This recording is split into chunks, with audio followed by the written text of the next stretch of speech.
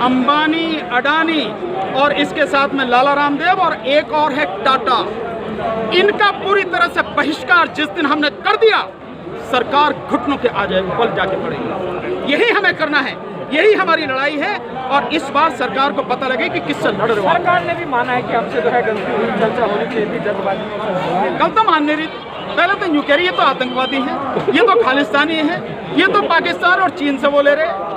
मतलब कल तक तो ये करिए, अब यूँ करिए गलती मान। इसका मतलब पता लग रही है ना कि धीरे धीरे धीरे धीरे जैसे जैसे जो है ना गर्दन दबती चली जा रही है, जैसे फंसते चले जा रहे हैं, वैसे स्वीकार करते चले जा रहे हैं कि हमारी गलती है, हमसे गलती हुई है। तो यार एक गलती और कर लो थोड़ी सी, इन तीनों कानूनों को वापस लो, हम भी घर जाने, तुम भी अपने सरकार चलाओ, छुट्टी करो।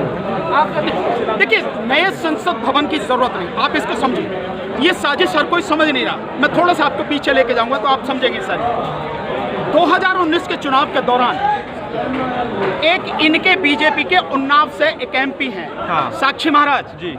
साक्षी महाराज ने कहा था 2019 में अगर बीजेपी जीत कर आ गई तो 2024 का लोकसभा चुनाव नहीं होगा। आप ध्यान करो सारे लोग, फ्लैशबैक में जाओ। आज इस चीज को समझो आप, वही चीजें हो रही हैं। सरकार जिस तरह से चलती चली जा रही है और देश विरोधी काम लगातार करती चली जा रही है, देश की जनता के अहित में सारे फैसले लेती चली जा रही है, वो उसी तरफ भाग रहे हैं। और अब अमिताभ कांत जो नीति आयोग के अध्यक्ष या उपाध्यक्ष हैं, जो आरएसएस के आदमी हैं, वो ये कह रहे हैं कि ज्यादा लोकतंत्र हो गया, इसलिए जो है इस पर रोक लगाने की जरूरत है। तो इस पर रोक कैसे लगाएंगे?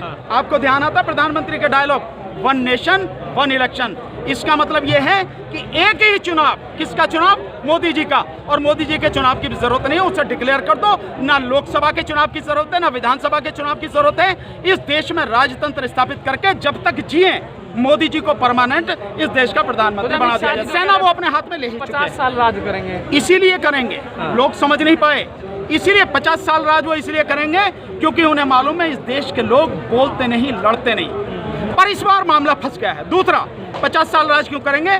मोदी जी को आपकी और मेरी वोटों की जरूरत नहीं है, किसानों की वोट की जरूरत नहीं है, क्योंकि उनके पास तो वोट छापने वाली मशीन है ना, ईवीएम। ईवीएम से जितनी चाहे वोट छाप लें और ईवीएम से ही वोट लूट के, सबकी वोट लूट के वो इस बार प्रधानमंत्री बने हुए हैं। बीजेपी की सरकार बनी हुई है। मैं दावे के साथ कह रहा हूं, मैंने पहले भी चुनौती दी थी, अब भी चुनौती दे रहा हूं। 30 मई 2019 को जब हमने ईवीएम के विरोध में आंदोलन शुरू किया और उसके बाद लगातार हम आज तक आंदोलन कर रहे हैं, मैंने तब भी चुनौती की थी। माननीय प्रधानमंत्री जी, आप कहते हैं 56 इंच का आपका सीना है, बहुत बढ़िया, बहुत खुशी है। आपको इस देश के 50% से 60% तक वोट मिले हैं। एक बार बैलेट पेपर से चुनाव करा लो, एक दिन में चुनाव करा लो पूरे देश में, और चुनाव खत्म होते ही 1 घंटे के बाद उसकी काउंटिंग करा लो। मैं दावे के साथ कहता हूं, अगर ट्रंप को भी बुला लो और भी जो तुम्हारे कोई यार दोस्तों बाहर के उन्हें भी बुला लो, 100 सीट से ज्यादा तुम और तुम्हारे जितने सहयोगी अगर ले जाओ, जिंदगी भर तुम्हारी गुलामी का ले नहीं सकते हैं। ये सब इसलिए सारी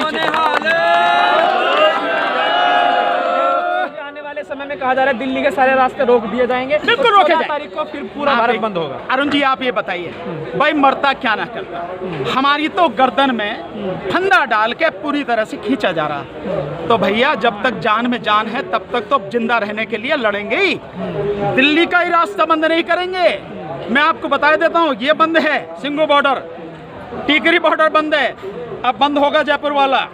इसके बाद जो है फरीदाबाद से आने वाला जो मथुरा रोड है वो बंद होगा। जो आपका यूपी से आने वाले 2-3 रोड हैं वो बंद होंगे।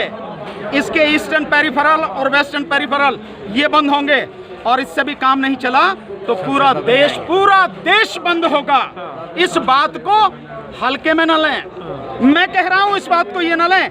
मेरे से कहीं ज्यादा जो हमारे किसान भाई हैं, किसान साथी हैं, जो किसान संगठन है, वो इस बात पर दृढ़ संकल्प हैं कि चाहे जो भी हो जाए सरकार को कानून वापस लेने पड़ेंगे, नहीं तो इस सरकार को उखाड़ के फेंक। तो लड़ाई अपनी बार आर पार की है। बिल्कुल आर पार की, हमने तो पहले कह दिया आर पार। सरकार आप कह रहे हैं कि पीछे हटना ही पड़ेगा, किसान पीछे हटने वाले हैं किसी भी हालत में। भाई आप बताइए, हमारे पास रास्ता क्या है, कहाँ जाएंगे?